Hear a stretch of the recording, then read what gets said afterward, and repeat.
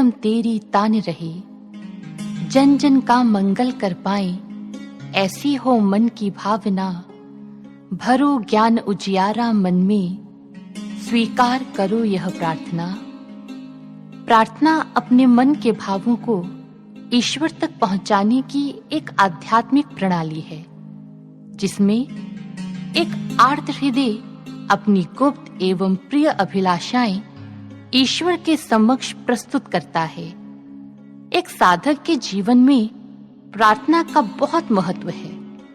जिस प्रकार शरीर के लिए भोजन अनिवार्य है, उसी प्रकार आत्मा के लिए प्रार्थना अनिवार्य है।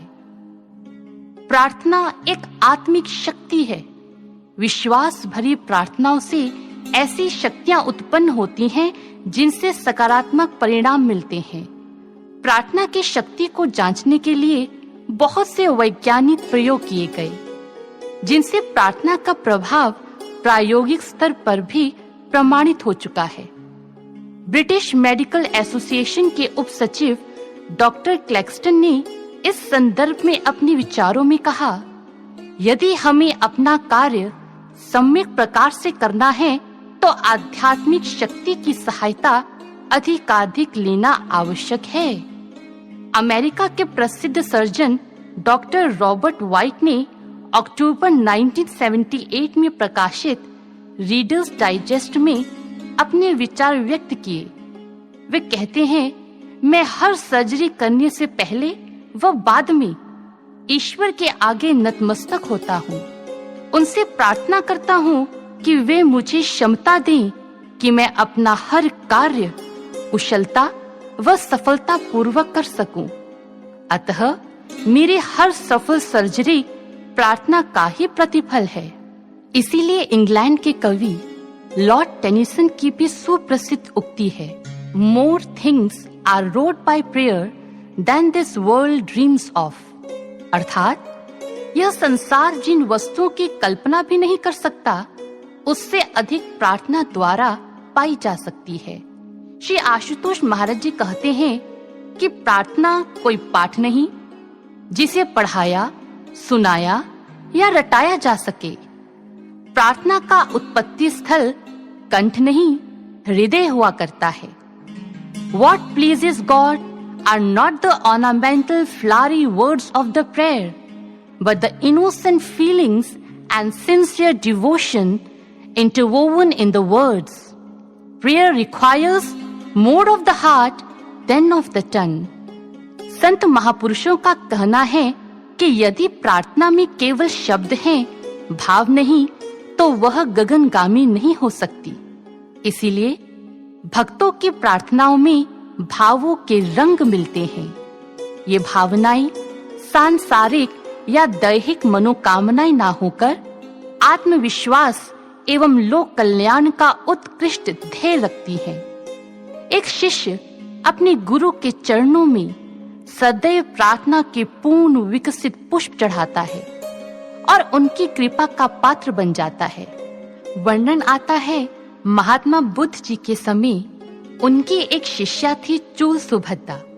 एक दिन उसके हृदय में महात्मा बुद्ध जी के दर्शन करने की तीव्र अभिलाषा उत्पन्न हुई। उस समय महात्मा बुद्ध जी चेतवन में थे, जो उसके नगर से दूर था।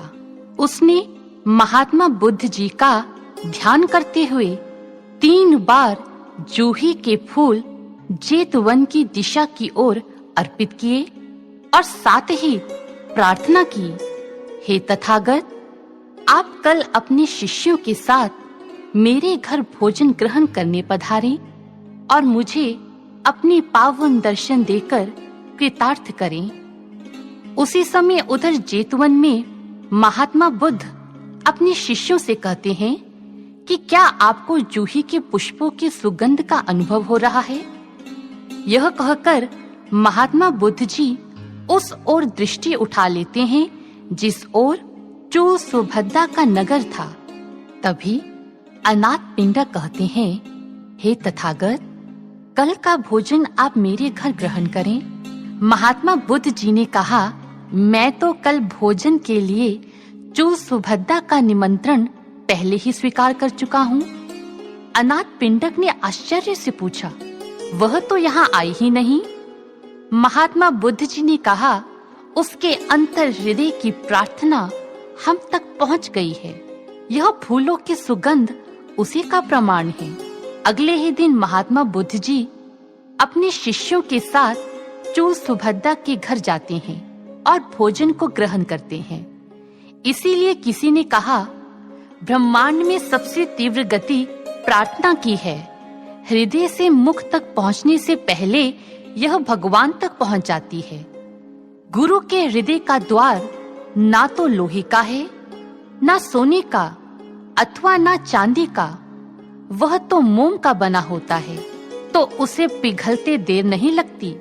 यदि हम भी अपनी प्रार्थना को उनके हृदय तक पहुंचाना चाहते हैं, तो भावों की चाशनी में डुबोकर अपने शब्दों को हृदय से प्रस्फुटित करें, तो हमारी प्रार्थना को भी उन तक पहुंचने में देरी नहीं लगेगी।